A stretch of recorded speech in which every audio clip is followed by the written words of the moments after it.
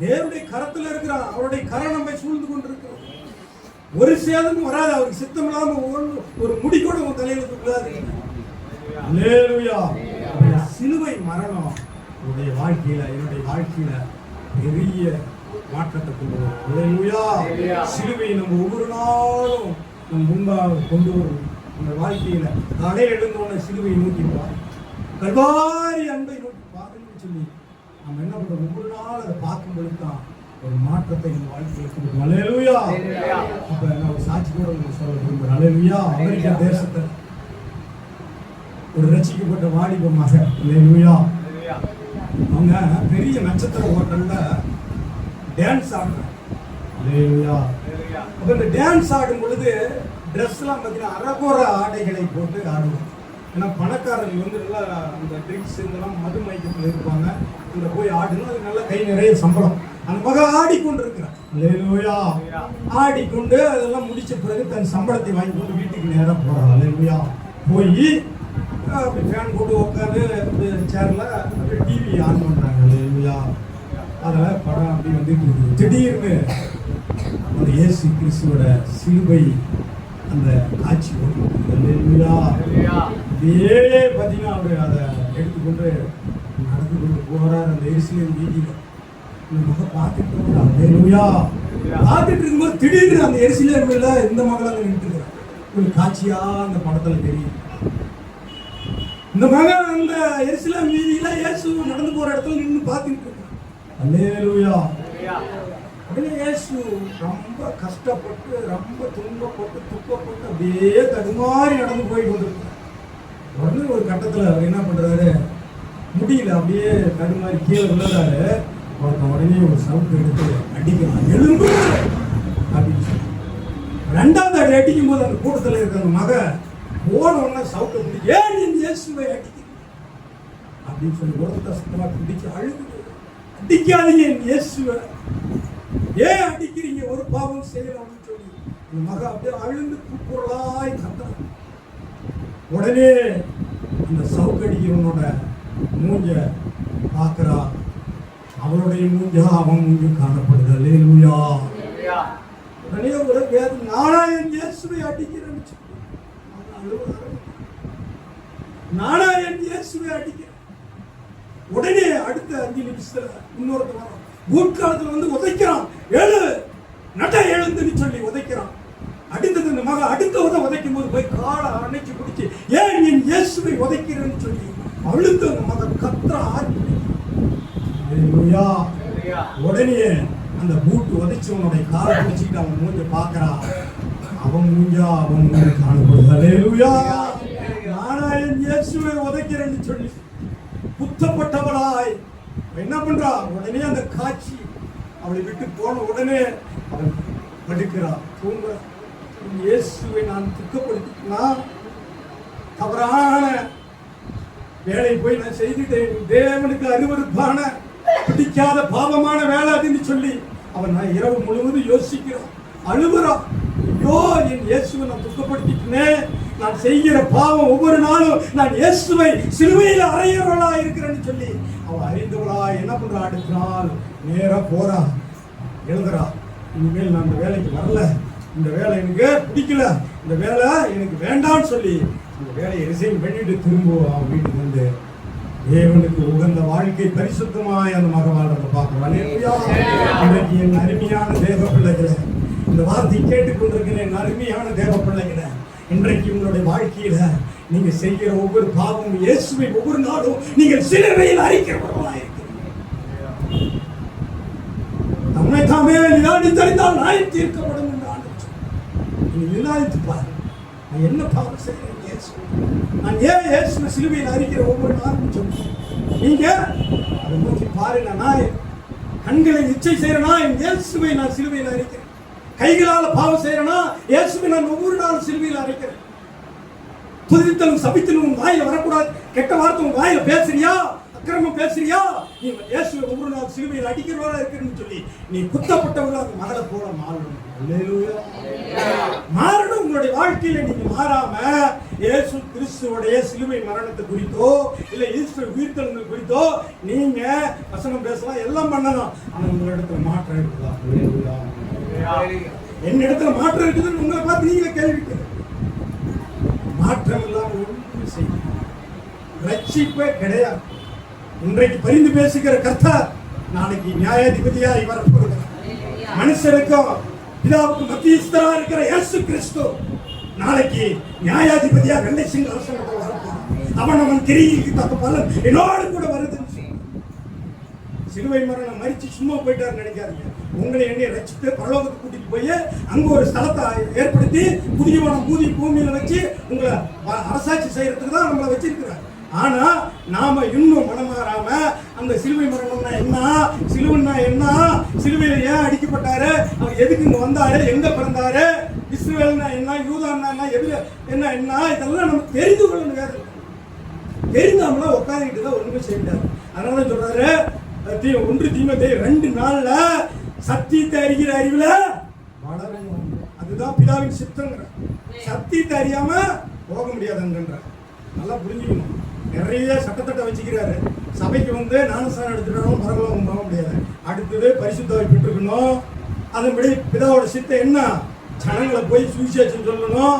நீ பரிசுத்தம் ஆக வேண்டும் என்பது பிதாவின் சித்தமா இருக்குதுன்னு சொல்றாரு. பரிசுத்த ஆகிட்டியான்னு பார்க்கணும். நிறைய இருக்குதுங்க. இதெல்லாம் செய்யாமலாம் போகவே முடியாது. இப்ப நம்முடைய வாழ்க்கையில இந்த சிலுவை மரணத்தை பார்க்கும் பொழுது நான் என்ன தப்பு பண்ணியிருக்கேன், இந்த இயேசு சிலுவைக்கு போறது நான் தான் காரணம்னு சொல்லி என்ன பண்ணணும், உன்னை அதோட ஒப்பு கொடுக்கணும். அல்லேலூயா.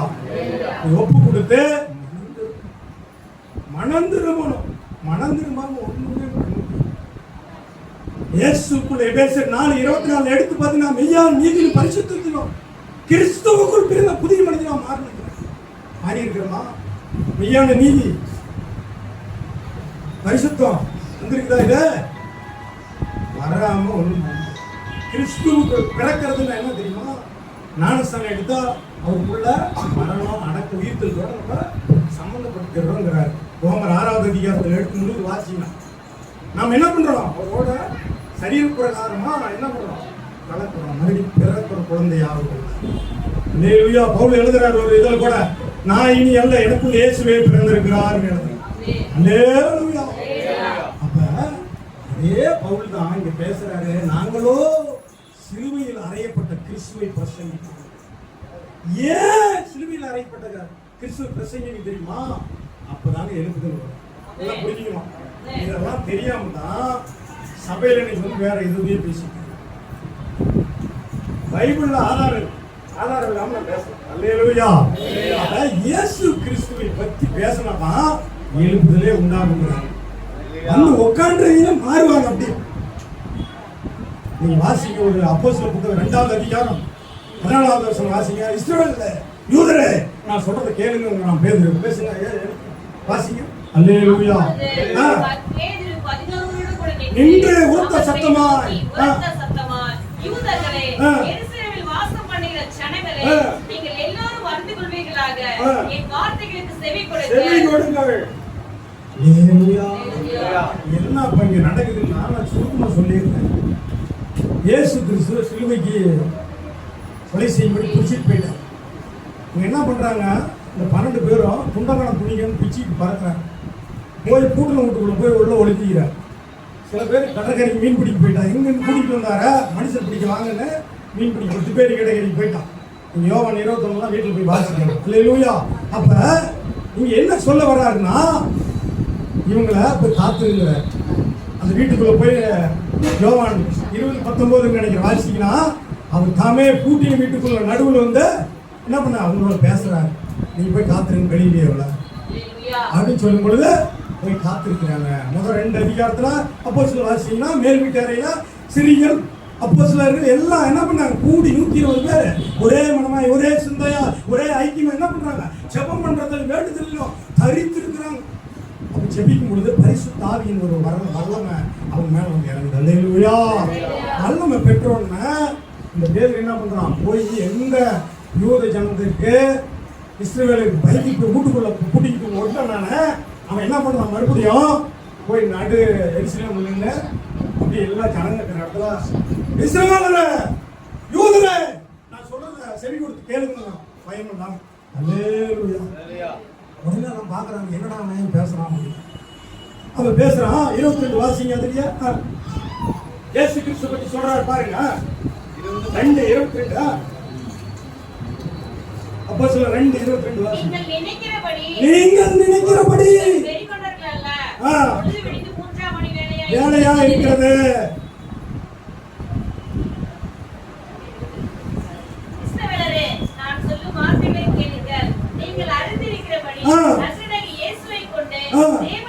பலத்த செய்தி மூலமா செய்திருந்தாங்க. அடையாளங்களை நடப்பித்து அவைகளினாலே அவரை உங்களுக்கு வெளிப்படுத்தினார். அல்லேலூயா. உங்க மூலியமா நீ கை வச்சா சுகாகுமா? பேயில பிசாசங்களை விட்டு போனா ஓடுமா? அப்படிப்பட்ட வல்லமை உங்க மூலியமா செய்யுங்க. அவர் வந்தாருப்பா. அடுத்து வாசிங்க. அடுத்த வசனம்.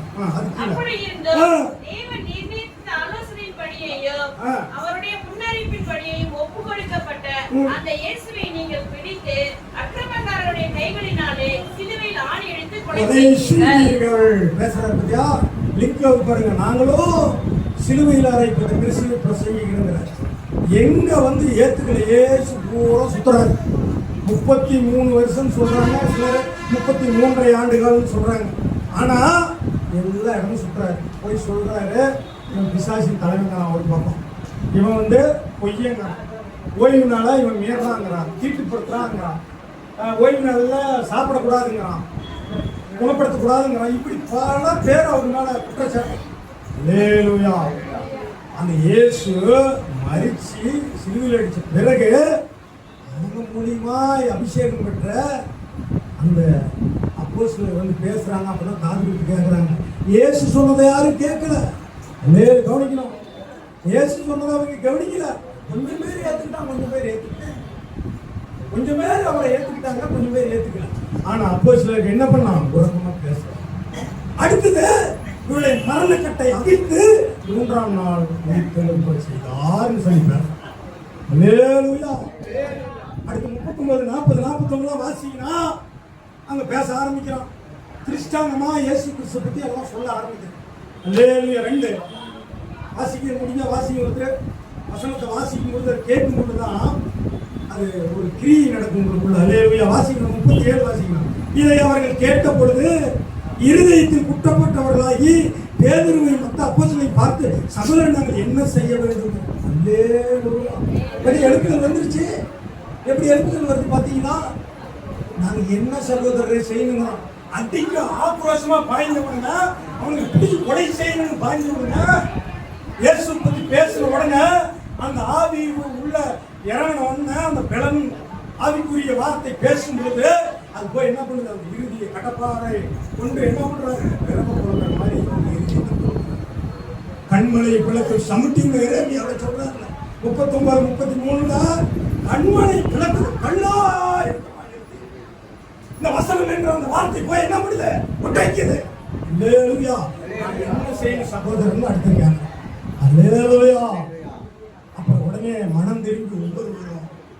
அடுத்து பேதுரு அவர்களை நோக்கி நீங்கள் மனம் திரும்பி ஒவ்வொருவரும் பாவ மன்னிப்புக்கென்று இயேசு கிறிஸ்துவின் நாமத்தினாலே ஞானஸ்தானம் பெற்றுக் கொள்ளுங்கள். அப்பொழுது பரிசுத்த ஆவி வரத்தை பெறுவீர்கள். என்னன்னு சொல்றாரு கவனிச்சீங்களா? மனம் திரும்பி ஒவ்வொருவரும் இயேசு கிறிஸ்துவின் நாமத்தினால ஞானஸ்தானம் பெற்றுக் கொள்ளுங்கள். அப்பொழுது பரிசுத்த ஆவியின் வரங்களை பெறுவீர்கள். அல்லேலூயா. 41 வாசிங்க. வாக்குத்தத்தமானது உங்களுக்கும் உங்கள் பிள்ளைகளுக்கும் தம்முடைய தேவனாகிய கர்த்தர் வரவழைக்கும் தூரத்தில் உள்ள யாவருக்கும் உண்டாய் இருக்கிறது என்று அன்றைய தினம் வார்த்தையை சந்தோஷமாக ஏற்றுக்கொண்டவர்கள் ஞானஸ்தானம் பெற்றார்கள். அன்றைய தினம் ஏறக்குறைய 3000 பேர் சேர்த்துக் கொள்ளப்பட்டார்கள்.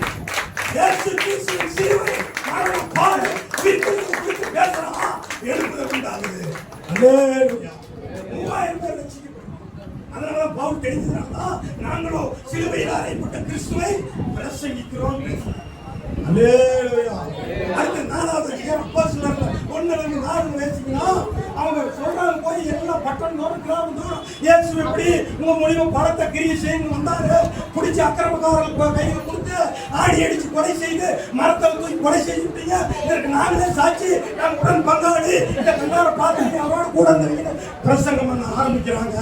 பிடிச்சி ஜெயிலுக்கு போறாங்க. வாசிங்க 4வது அதிகாரம் 1 ஆசாரியர்களும் தேவாலயத்து சதுசேயரும் அவரிடத்தில் வந்து அவர்கள் ஜனங்களுக்கு உபதேசிக்கிறதுனாலும் இயேசுவை முன்னிட்டு மரித்தோரிலிருந்து உயிர்த்தெழுதலை பிரசங்கிக்கிறதுனாலும் சினம் கொண்டு அவர்களை பிடித்து சாயங்காலமாய் இருக்கிறபடியினால் மறுநாள் வரைக்கும் காவலில் வைத்தார்கள். வசனத்தை கேட்டவர்கள் அனைவரும்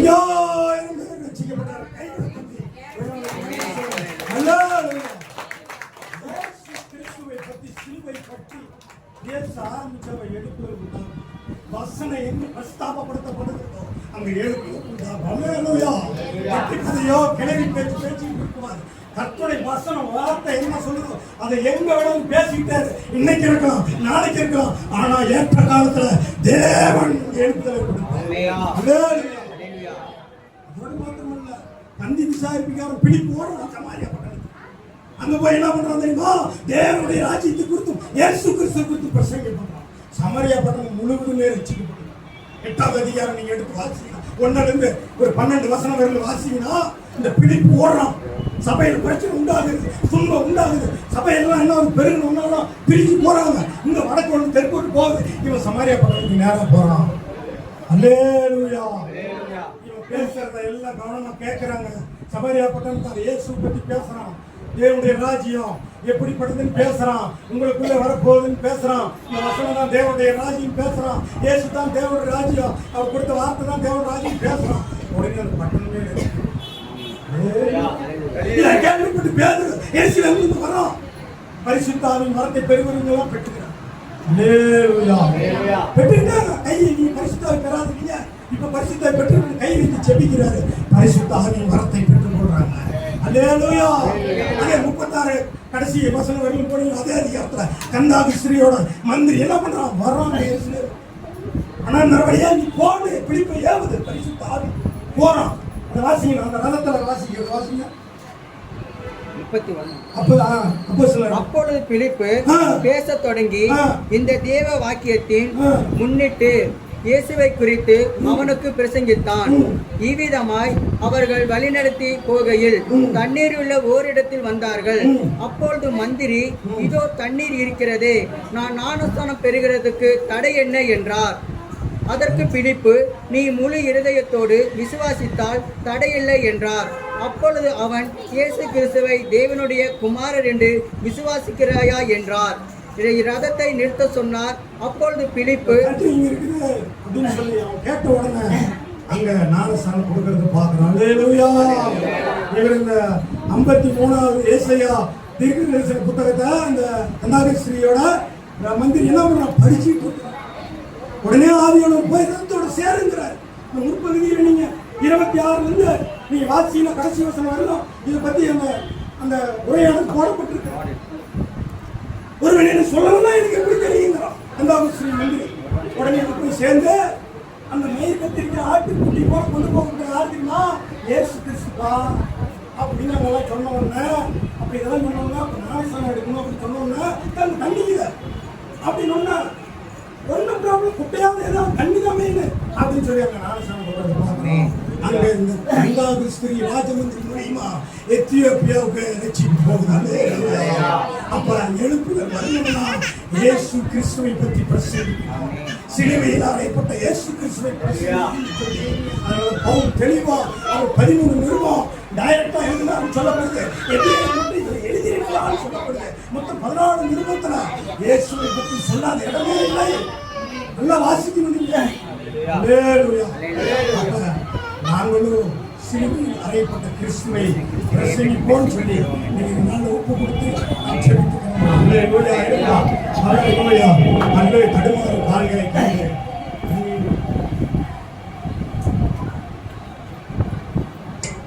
பாடல் பாடிய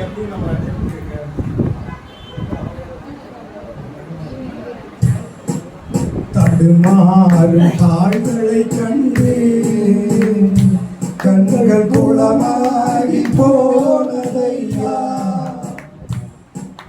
தடுமாறும் தாழ்களை கண்டு